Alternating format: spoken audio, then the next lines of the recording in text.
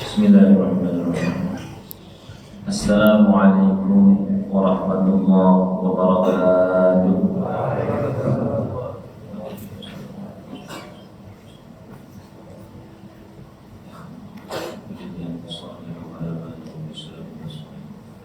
Al-Fatihah. A'udzu billahi minasyaitonir rajim. Bismillahirrahmanirrahim. Alhamdulillahi rabbil alamin arrahmanir rahim maliki yaumiddin. Iyyaka na'budu wa iyyaka nasta'in. Ihdinas siratal mustaqim. Siratal ladzina an'amta 'alaihim ghairil maghdubi 'alaihim waladdallin. Amin. Bismillah. Walhamdulillah. Wassalatu wassalamu ala Rasulillah wa mawalah wa ba'daha ma ba'da. Alhamdulillahirabbil alamin. Pada kesempatan sore hari ini Allah Subhanahu wa taala memberikan kepada kita semuanya nikmat iman, nikmat Islam, nikmat sehat walafiat, nikmat bisa sholat berjamaah dan melanjutkan dengan majelis ilmu. Semoga ini menjadi tanda kita diridhoi oleh Allah dan semoga kita diberikan istiqomah hingga husnul khatimah.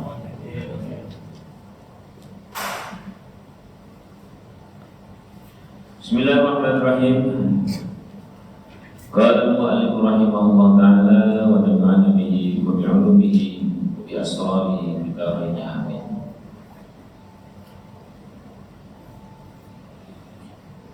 Innama ja'ala al-akhirah mahallan.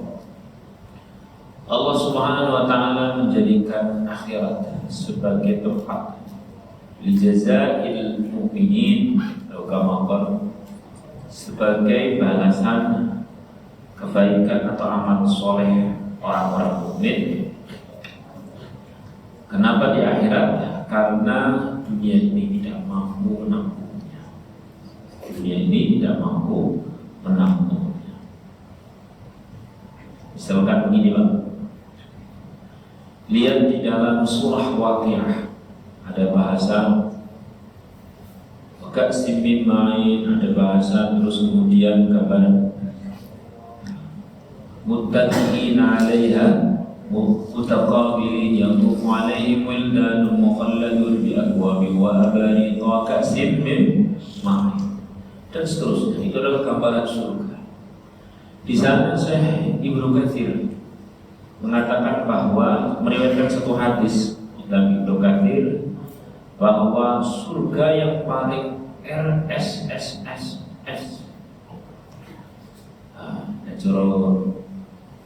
perumahan berarti tadi itu RSSSS, rumah sangat sederhana sehingga sulit selonjor. Itu rumah yang paling sederhana di surga itu. Tafadhol rahimahumullah. Maka rumah itu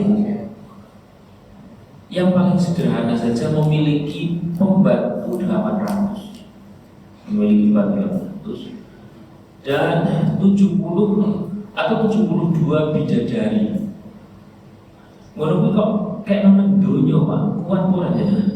Kuat. Maka setiap balasan amal soleh akan diberikan di akhirat. Kenapa? Karena dunia ini tak mampu menampungnya. Kasih contoh.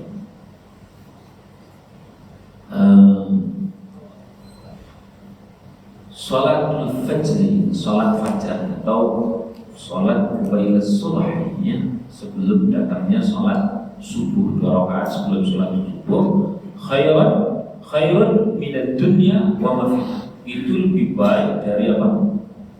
Dunia dan seluruh apa? Isinya.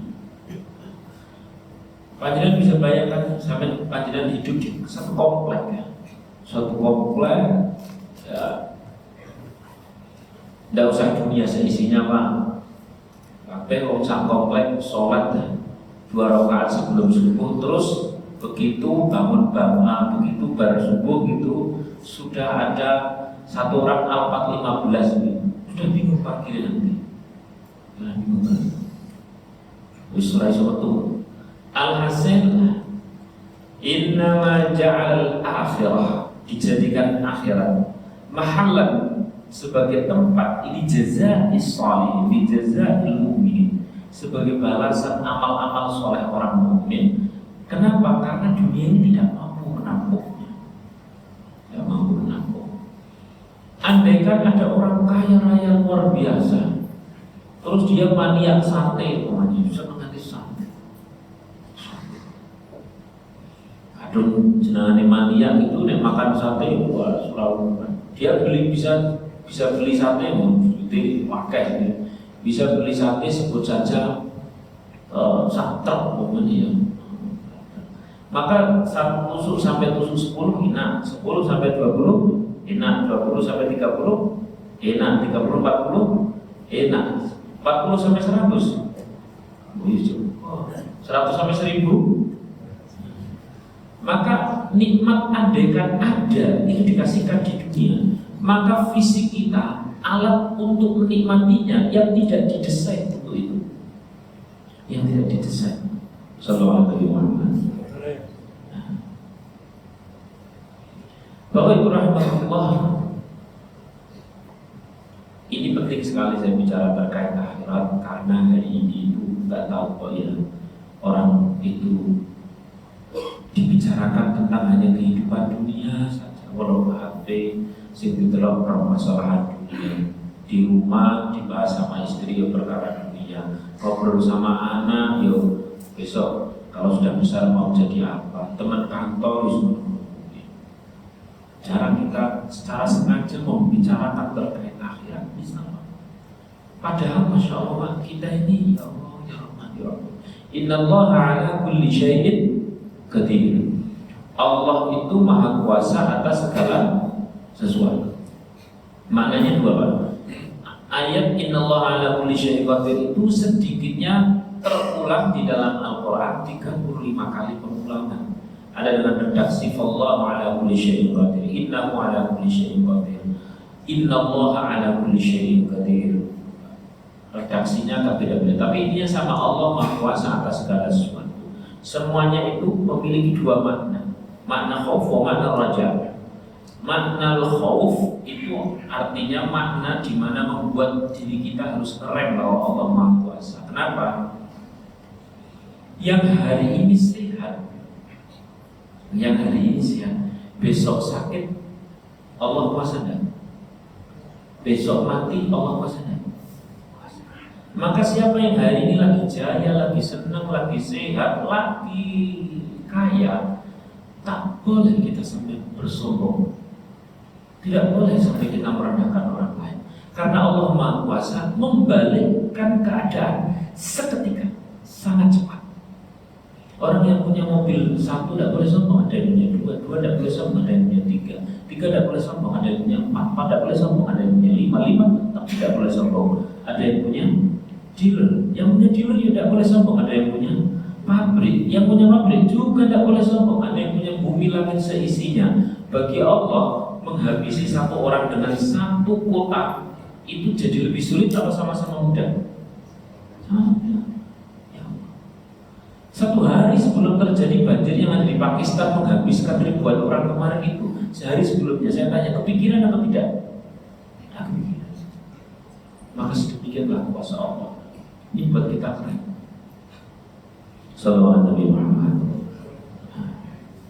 Maka bagi yang sedang senang, yang lagi jaya, yang lagi on fire, yang lagi hebat, yang lagi kaya dan sebagainya, jangan pernah sombong, sebab innallaha ala kulli syai'in qadir. Allah Maha Kuasa atas segala sesuatu, untuk membalikkan seketika keadaan itu sedemikian mudah.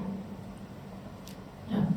Ini makna pertama, Pak. Makna nomor dua, innallaha ala kulli syai'in qadir, itu adalah makna raja, atau dalam istilah lain kalau tadi itu mazahirul jalal, ini mazahirul jamal. Makna raja itu maknanya membuat seorang manusia itu tidak boleh, atau bahkan lebih tepatnya tidak sampai putus asa. Kenapa? Bagi yang lagi susah, yang lagi sedih, yang lagi sakit, yang lagi dalam kondisi masalah, jangan sampai putus asa, sebab juga Allah Maha Kuasa membalikkan keadaan seketika. Jadi sing lagi sombong aja nganti, sing lagi jaya jangan sampai sombong karena Allah Maha Kuasa membalikkan jatuh di bawah. Yang lagi di bawah pun tidak boleh putus asa sebab Allah Maha Kuasa bisa membalikkan jadi di atas. Dan itu benar-benar semua kuasa Allah dan bisa saya saksikan. Sallallahu alaihi wasallam. Apa pentingnya dengan pembahasan kita hari ini, Bapak Ibu rahimahullah? Innallaha ala kulli syai'in qadir fi makna al-akhirah, di dalam makna akhirat. Itu benar-benar Allah Maha Kuasa. Tadi saya tanya, orang hidup di dunia paling kuat berapa tahun, Pak? Oh, ya. 80, 90, 100 sudah jarang ya. Apa pengen hidup 200 tahun? Ame ngomong. Putune sudah putu mana ya? Mau apa ya? Nah, katakan 100 tahun. Hidup yang cuma 100 tahun ini kayaknya banyak, kayaknya banyak. Ini ternyata untuk mencari bekal akhirat yang berapa tahun Bapak Ibu? Miliar, triliun, miliar, triliun, triliun, miliar, miliar, triliun, triliun, miliar, triliun, miliar, miliar, triliun, triliun, miliar, miliar, triliun tahun. Maka saya ajak panjenengan untuk membicarakan terkait akhirat. Hal yang ironi, kita semakin hari semakin mendekati alam kubur, semakin meninggalkan dunia. Tapi hal yang ironi adalah dunia yang semakin kita tinggalkan, alam kubur yang semakin dekat. Yang paling sering terpikir yang sedang kita tinggalkan atau yang kita hadapi? Anehnya yang kita tinggalkan ya di dunia. Maka saya ajak panjenengan untuk bicara terkait ini adalah biar saya bukan hanya mengajak panjenengan, Pak, mengajak diri saya, Pak, mengajak diri saya. Saya sendiri ya Allah, ya kadang bicara terkait dunia itu saya habis waktunya. Kadang-kadang ya kalau dunia itu dunia yang non maksiat, kadang-kadang yang maksiat itu loh, buka HP, kadang-kadang bilang terus hadiah atau kiriman untuk ketua grup Pak Zoom kok ini kok ngambil ciri. Ini bagi saya yang muda-muda ngelihat aktia itu kok dosa, tidak dilihat ya. Batin ini saya yang muda-muda dan jenengan sih insya Allah sudah bisa mengenalkan ya Allah. Bapak Ibu rahimahumullah, maka kita bareng-bareng bicara tentang akhirat. Bismillahirrahmanirrahim. Ini kelanjutan dari yang tadi.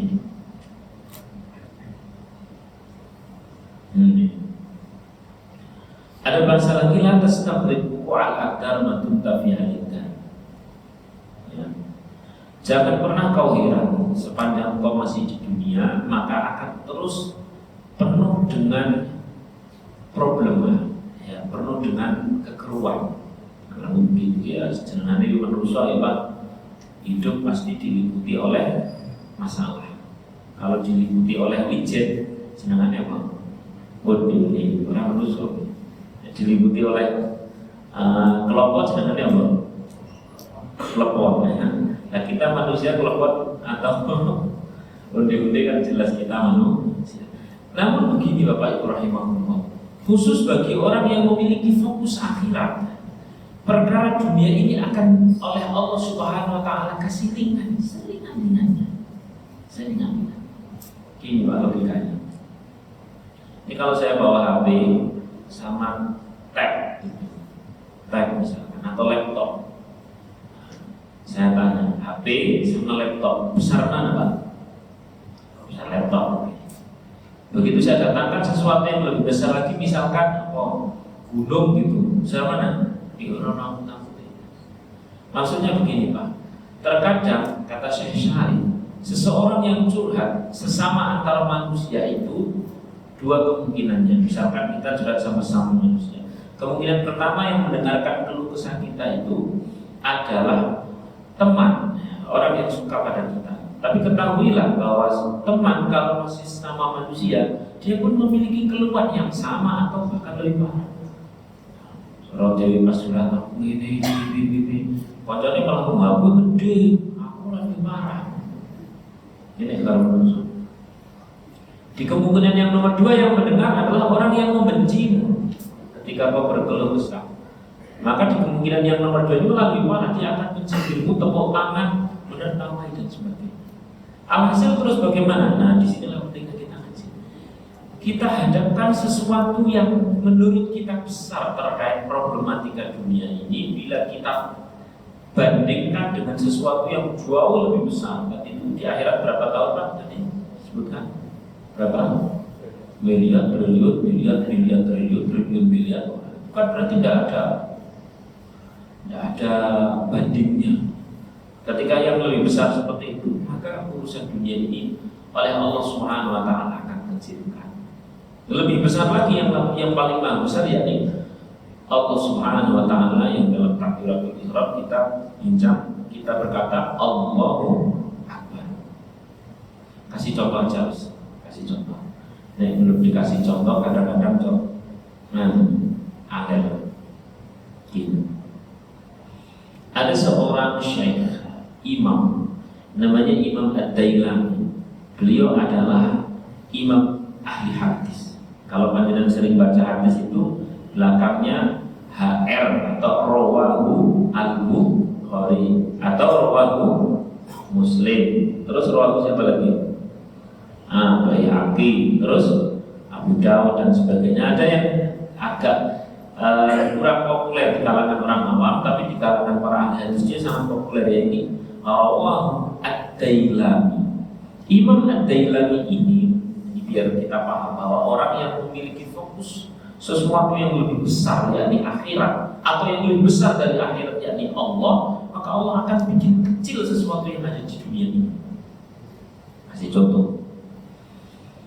Nah, Imam Ad-Dailami itu hidup di perbatasan antara kaum muslimin dengan orang Romawi.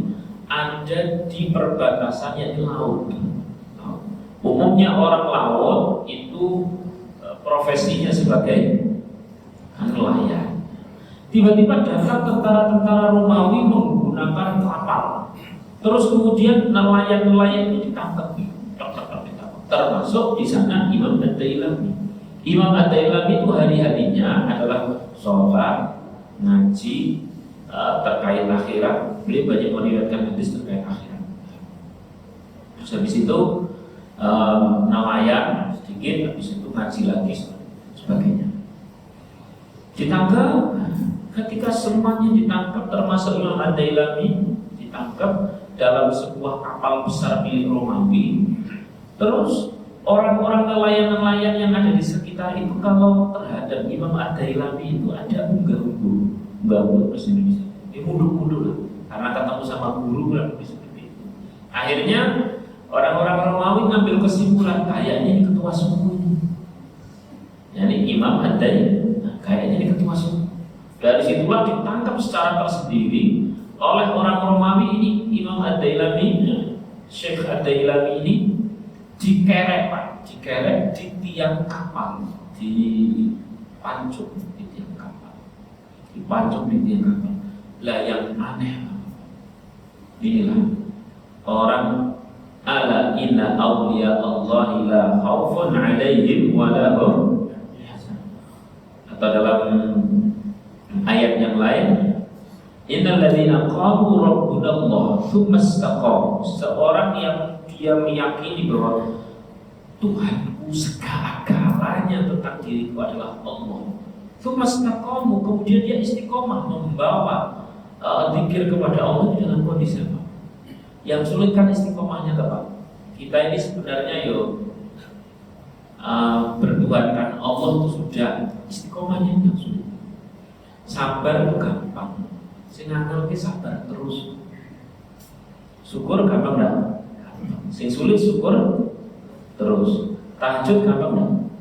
Sing sulit tahajud, jamaah, sholat jamaah gampang. Sing sulit jamaah terus. Jadi kurang satu syarat aja dengan jadi wali jadinya. Syaratnya terus itu doa.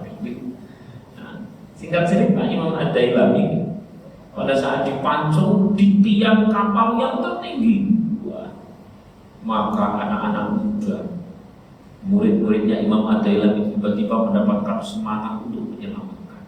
Itu orang Romawi diserang balik. Habis itu kalah itu orang Romawi, Imam Ad-Dailami diturunkan. Pas diturunkan Pak jenengan ngertos tahu betul. Tahu enggak? Itu Imam Ad-Dailami itu Masya Allah. Kita yang kelihatan kayaknya susahnya dan karuan beliau, ternyata beliau itu tidur. Coba tidur gitu ya.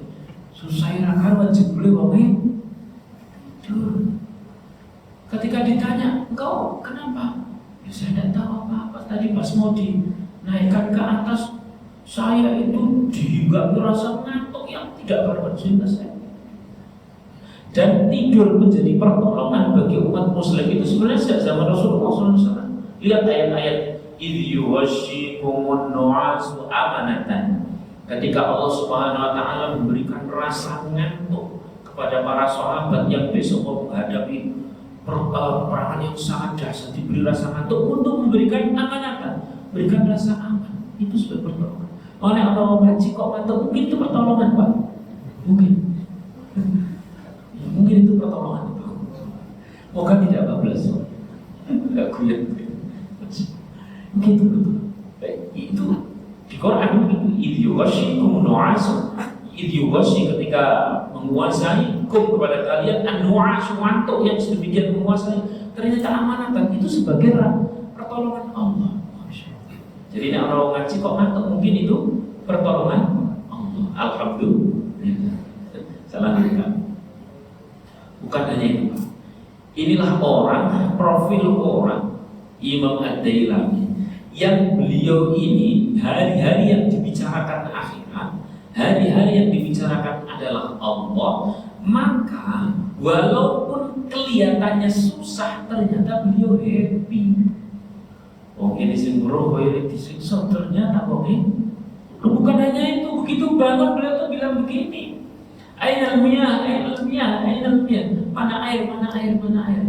Kenapa ya saya kok membutuhkan air? Tadi itu saya ngantuk luar biasa, saya tidur dan saya mimpi saya masuk ke dalam surga di sebuah sungai, di sana banyak bidadari dan saya begitu. Tapi sing delok kata iwat dinirakan, mesakine pun ternyata wonge merem mimpine mlebu ning surga karo bidadari. Maka Allah suka-suka Allah kalau ngasih bahagia kepada seorang hambanya walaupun dia di tengah-tengah sesuatu yang menurut umumnya orang bahaya. Ini berlaku hukum kebalikan pula.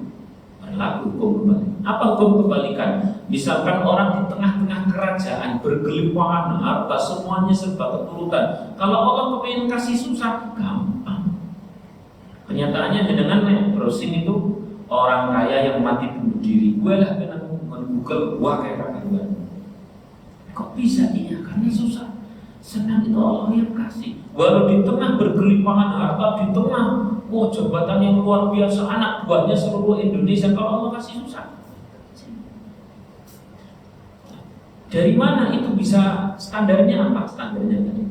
Semakin orang kenal dekat dengan Allah, dekat dengan yang maha besar, yakni Allah Subhanahu wa taala, dekat dengan yang abadi, yakni akhirat dan sebagainya, maka perkara dunia itu menjadi sangat ringan dan suka-suka Allah kalau masih bahagia di dalam hati. Walaupun nampak dari luar kayak orang susah, tapi orang bahagia, suka.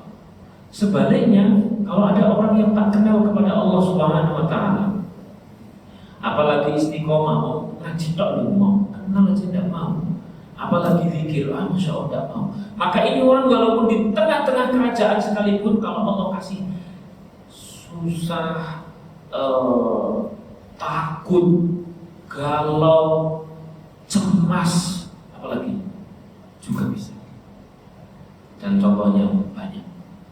Maka inilah pentingnya ngaji. Semoga setelah kita ngaji seperti ini, dalam kondisi apapun kita doa Pak, Allahumma a'inna ala dzikrika wa syukrika wa husni ibadah.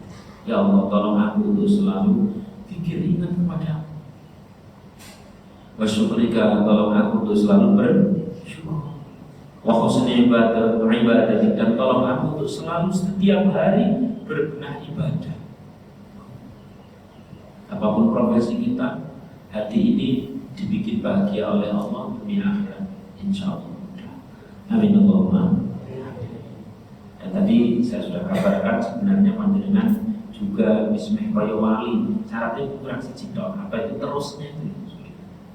Istiqomah. Bapak mau ya Allah. Kalau nambah dikit ya Pak, dikit aja. Di dalam surah Toha ada bahasa demikian. Ini kebalikan dari surah Fussilat 30, 31 yang tadi saya bacakan. Bahwa innal ladzina qalu rabbuna Allah tsumma istaqamu, orang yang dia prinsipnya segala-galanya adalah Allah, ya. Kemudian dia istiqomah berpikir tentang akhirat dan sebagainya. Dan itu maka Allah akan la khaufun 'alaihim wa la hum yahzanun, tidak diberi rasa susah dan sedih. Itu. Sekarang sebaliknya. Kalau ada orang yang jauh dari Allah, jauh dari kenal kepada Allah, maka man a'rada 'an dzikri fa inna lahu ma'isyatan dhanka. Siapa orang yang tidak mau sama sekali, tidak mau untuk diajak ilim, untuk diajak baik, untuk diajak sholat, untuk diajak ngaji, tidak mau. Walaupun ia ada di tengah kebahagiaan menurut mata zahir, fa inna lahu ma'isyatan dhanka, bahasa Al-Qur'an, tetap dia oleh Allah Subhanahu wa taala diberikan kesusahan. Istilah bahasa yang paling gampang yang tepat, sing delok ketok kaya burung pisang goreng crispy polinane, jebule sing ngrasake ini Pak, itu yang keluar dari dubur pada saat di kamar mandi itu namanya apa Pak? Sing rada sopan, mosok nek ngomong tai kan diujud. Nah itu terus ditepungi terus digoreng. Jadi sing delok yang melihat itu kayak orang melihat pisang goreng crispy. Wong kuwi uripe enak. Bodone oke. Nek ono ini dihormati dan sebagainya. Yang lihat. Tapi kalau jauh dari Allah, maka ternyata itu bukan benar-benar pisang goreng crispy, tapi itu apa tadi? Di skip, ditepungi. Sing delok ketok enak, sing ngrasake. Demikian dapat saya sampaikan. Semoga ini menjadi bahan muhasabah kita pada sore hari ini. Intinya semakin kenali Allah, di mana ada majelis ilmu didatangi. Kalau ada buku-buku yang mengenalkan kita kepada Allah, Asmaul Husna dibaca. Tiap kali kita menemu susah, ya ilim Gusti Allah, nemu senang, ya ilim Gusti Allah. Diperbaiki lagi itu takbiratul ihram dan sebagainya. Apapun profesi kita, kalau kenal kepada Allah, maka suka-suka Allah masih kebahagiaan yang paling hakiki di dalam hati kita. Sebaliknya jangan sampai na'udzubillahi min dzalik, kita hanya membangun sesuatu yang zahir saja, membangun sesuatu yang nampak di mata orang lain saja, tanpa hanya kita kenal kepada Allah, maka itu persis seperti apa tadi? Ditepungi. Na'udzubillahi min dzalik. Demikian, semoga bermanfaat. Al-Fatihah. Bismillahirrahmanirrahim. Alhamdulillahirabbil alamin arrahmanir rahim maliki yaumiddin iyyaka na'budu wa iyyaka nasta'in ihdinas siratal mustaqim siratal ladzina an'amta 'alaihim ghairil maghdubi 'alaihim waladdallin.